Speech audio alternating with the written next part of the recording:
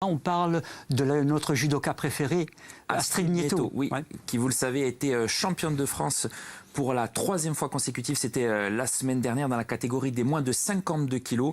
C'est pourtant loin des tatamis que Pascal Pommier et Frédéric Roche l'ont rencontré. L'athlète a consacré sa semaine à un programme d'entraînement cognitif. Regardez. Alors, tu vas transférer ton appui vers l'avant-pied, donc tu laisses tomber ton corps en avant sans casser l'axe vertical. Pas de répit pour Astrid Nieto après son nouveau sacre de championne de France. La porto-vecchiaise en veut toujours plus, elle rêve plus grand, plus haut. Allez, on y va.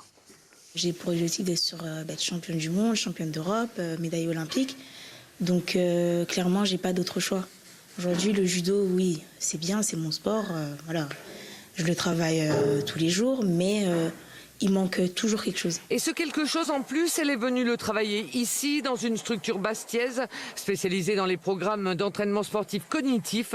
Et ça commence par une batterie de tests pour définir un typage. On va analyser les différents mouvements des ceintures, c'est-à-dire les épaules, le bassin, et on regarde sa manière de courir. Donc on va chercher à voir sa typologie motrice, à comprendre si elle va travailler plus en extension ou en flexion. Donc là, on observe la manière dont tu te déplaces. Continue.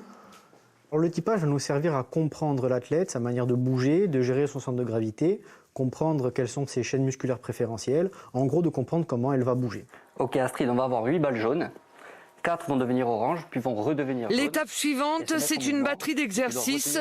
Tous ont le même objectif, accélérer l'analyse d'une situation et minimiser le temps de réaction.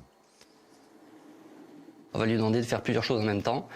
Ce qui va compliquer, ça va réduire sa vigilance. Et elle va devoir conserver un niveau de vigilance élevé malgré le multitâche, c'est-à-dire malgré le fait de devoir éteindre les lumières et de maintenir son équilibre. Vous avez vu qu'elle était sur un bosu et du coup, ça a perturbé son équilibre. En temps réel, vous avez le rendu de ce qu'elle vient de faire. Qu'est-ce qui s'inscrit sur la tablette? On voit combien de pads elle a attrapé et surtout, on voit le temps qu'elle a mis pour les attraper.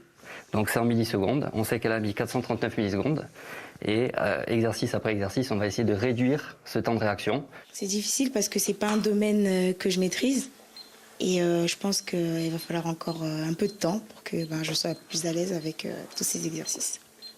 Moi j'ai l'habitude de me servir de mon corps pour pouvoir bosser alors que là on part complètement sur autre chose.